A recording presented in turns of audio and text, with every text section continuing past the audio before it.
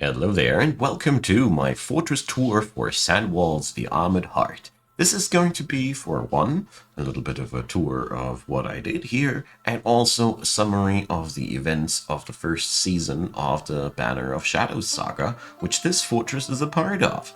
So, this place here is sitting in the wastelands south of their home fortress. When I started out with the Banner of Shadow, they had really only this fort up here, and the whole story arc was that this is going to be the new home for the culture, their new bastion of hope. That's what we did here. That's why it's SANDWALLS the Armored Heart. It's residing in a interesting triangle of three biomes at once. We have a black desert here, we have a regular old desert here, and we have a white desert over here. So this place has mineral wealth, and that's why I built my fortress here. Storytelling wise, these guys were beaten to a pulp by the goblins, and the Exodus left them here. So the fortress itself, I built it into the middle of a flat surfaced desert. So what you see here, the name of the fortress dictated a bit of my building materials. It's all mudstone and claystone for the exterior fortress.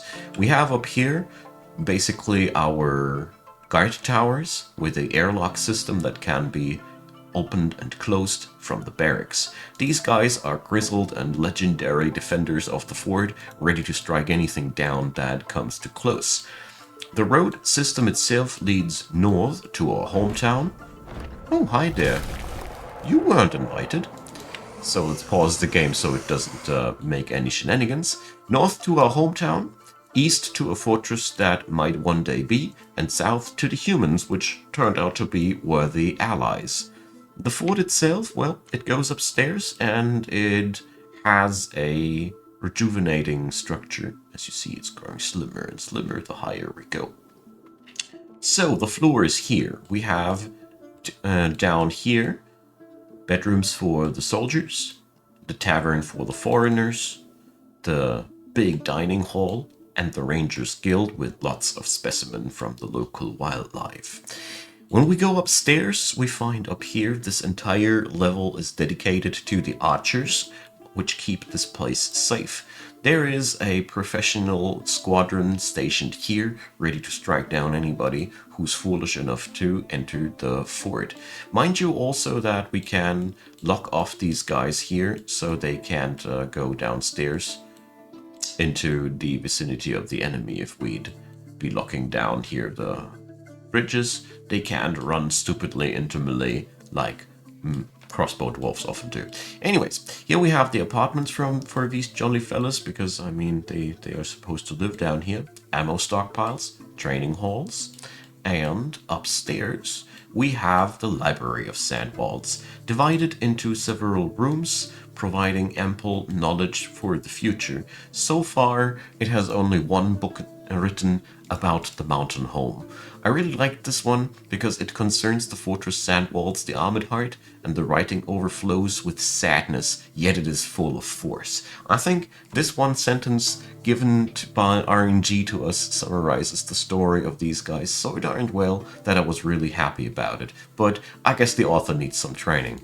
Anyways, over here we see the apartments that were custom tailored to the tastes of their denizens. With this series, I went over and picked something about 20 dwarves, which I marked like this, which are the main protagonists of the series, and they all became, well, they all got their favorite homes, even some fancy platinum floored room, including pedestals with their favorite items, sometimes furniture from their favorite materials. I really did my best to give them the best place they could live at between the halls of wisdom here. One level further upstairs, we have the temples of SANDWALLS. So up here we have 4 dedicated temples that, well, that one is still to be is still left open for an organized religion, which never came around the corner, but you never know. And down here we have the ecumenical temple that is just open for everybody, where we can have whatever we want to have. Also, a couple of extra apartments. Our broker lives here. You see, copper floor and nice things over there. If we go one floor upstairs, this is the empty nobleman's parlor. So this culture doesn't have any barons, duches, or whatever, because we are just 2 fortresses strong at this point. So this remains unclaimed so far. It will be filled over the course of the generations, and yeah, same as this top level, which is left open for the ruler, which will have a throne hall one day and all those things. Maybe I will come back at the end of the series and finish it up. But for now, after all the years I played, no noblemen can come because there are none. So I prepared it for the future times to come. These rooms are all 3-room apartment suites that can host noblemen of different tastes and ranks. Okay, so now we've seen the outside of the fort. It's a really cool structure that looks a little bit like a ziggurat. And when we go downstairs over here, we first breach through the plump helmet fields and also the foragers fields. I made this so my foragers can just pick whatever they like from the subterranean wealth of SANDWALLS. One level further, we have the breweries and the cookery and the pasture. It's a very tumultuous and very dirty region, and it also branches off into the natural aquifer that powers our well. So, we follow the main stairwell downstairs through the aquiferous layer that provides water for the fort here, and we enter the bustling subterranean area. Level 1 provides the stoneworkers area and a massive junkyard of furniture. We have here the crafts dwarfs and the farmers guilds, grand guild halls by now, that are home for a lot of different people that love to socialize down here. We have the Doctor's Guild Hall here with the small hospital that always was enough for all the purposes of the fort, with the apartment of the chief doctor. She likes green glass and ginormous corkscrews, I don't know. Over here we now enter the actual city of SANDWALLS with all her apartments. A little bit of a temple district here, again for the most popular gods. A little bit of a tavern and a tiny cozy little eating hall. A couple of offices for the business that we have to manage, and our farms where we harvest the plants for the drinks of the fort. One level downstairs we have the stone stockpiles with the massive quarry works where we made all the blocks for this entire fort. We have here the Stoneworkers Guild Hall, and over here we store our fabrics. Here is another wing of the city, nicely arranged, and here lies the remains of a Dralpa our mayoress has hunted. Nice little tavern over here with another dining hall. Every floor I tried to have its own dining hall. Over here we have the forges and the coal works. These days, only the coal works are active as the forges are deeper down below. We have the Metalsmith's Guild Hall and a nice little wing of the city yet again, filled with a tavern and a dining hall, so everybody can have a quick bite to eat. Here we have the Jeweler's Parlor, another nice wing of the city. I never came to finish the tavern and the dining hall area here, and I felt like I was over-providing here anyways. Down here, all the fine and fancy goods of the fort are being decorated. Bookcases, statues, displays, and altars. If we go downstairs one further level, we see here the last level that is a work in progress, where the expeditionary goods for the new fortresses are being made. If we go further downstairs, we reach several quarries. little probing areas. And you might already notice that we are only a little bit below the surface, and already the caverns greet us. SANDWALLS had a very, very early time finding the first level of the caverns. Over here, we meet our guardians of the caverns. The entrance of the cavern to the caverns here, I secluded this a little bit, so you can enter the caverns only over this stairwell. It is well guarded by this squadron here. Oh, well, sorry. Go over here. It's well guarded by the squadron over here. The last tombs, they also guard for first tombs.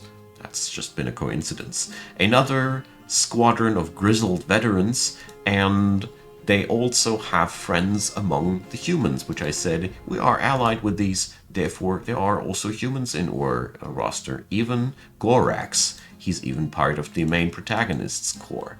So we have here a little bit of a winding corridor leading into the wealth of the caverns that even came with a nice little plummeting shaft into caverns level 2.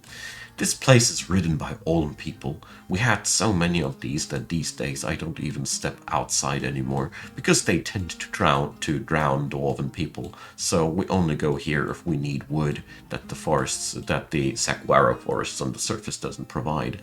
If we go deeper downstairs, we see here further quarrying operations yielding the tetrahedrite and the magnetite that is founding our fortress. Further down below we go, we see here massive quarrying and mining operations that were necessary to build the fort. And it really doesn't take long after the tier 2 caverns, which we hit here rock bottom, when we surprisingly hit for one another aquifer. But then I was very surprised when we didn't breach another 20 layers when Caverns 3 were greeting us. So down here, when we go here, we see another quarrying operation for quartzite.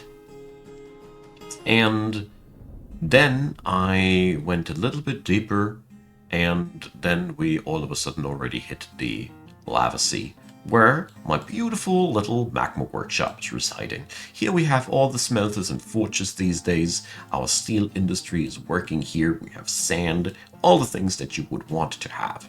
I built a cavity that I filled with magma, and then we obsidianized the entry so no fire-dwelling monsters can enter and mess up our operations here. So, the fort itself, when we go upstairs, has not only surface roads, but also the secret subterranean roads. The entrances lie here in the airlock of the fort, and if you follow these, you can safely exit or enter the borders of the map. These doors can be locked, and therefore the entrance to the map can be easily controlled via these. I felt like it was absolutely necessary for a dwarven culture to have these. SANDWALLS didn't conquer the caverns. They didn't dig for adamantine because they were meant to be building a fortress that is protecting this culture from the goblin scourge. I mean, gameplay-wise, that is of course a little bit of a story that I just made up. These guys are barely a threat, but you know, you gotta keep the story turning. And this is where we end this little fortress tour. I really hope you liked her. I love SANDWALLS. It's been one of my favorite little projects lately, and I'm going to continue the next season very soon when we're going out for a diplomatic mission. I want to build next in season 2 of the Banner of Shadows saga a fort which solidifies the alliance between the humans and the dwarves, and that's going to be the next story for us. So, let me know in the comment section what you thought about this little beauty here. I am all eager to hear back from you. A thumbs up would be very welcome. Feel free to subscribe, and in the description box below you can find all the other Dwarf Fortress things that I made. There exists another saga, Savage Lands saga, where I made a 5-fortress run already, so you might want to check these out as well to pass the time until season 2 kicks in. So, Down there, you find also my Discord, my Twitch, and my support links for Patreon, PayPal, or Buy Me a Coffee. You can also become a channel member and gain early access to all the episodes that I pre-upload for release. No paywalled content, though, ever. I just give early access to the people that are channel members.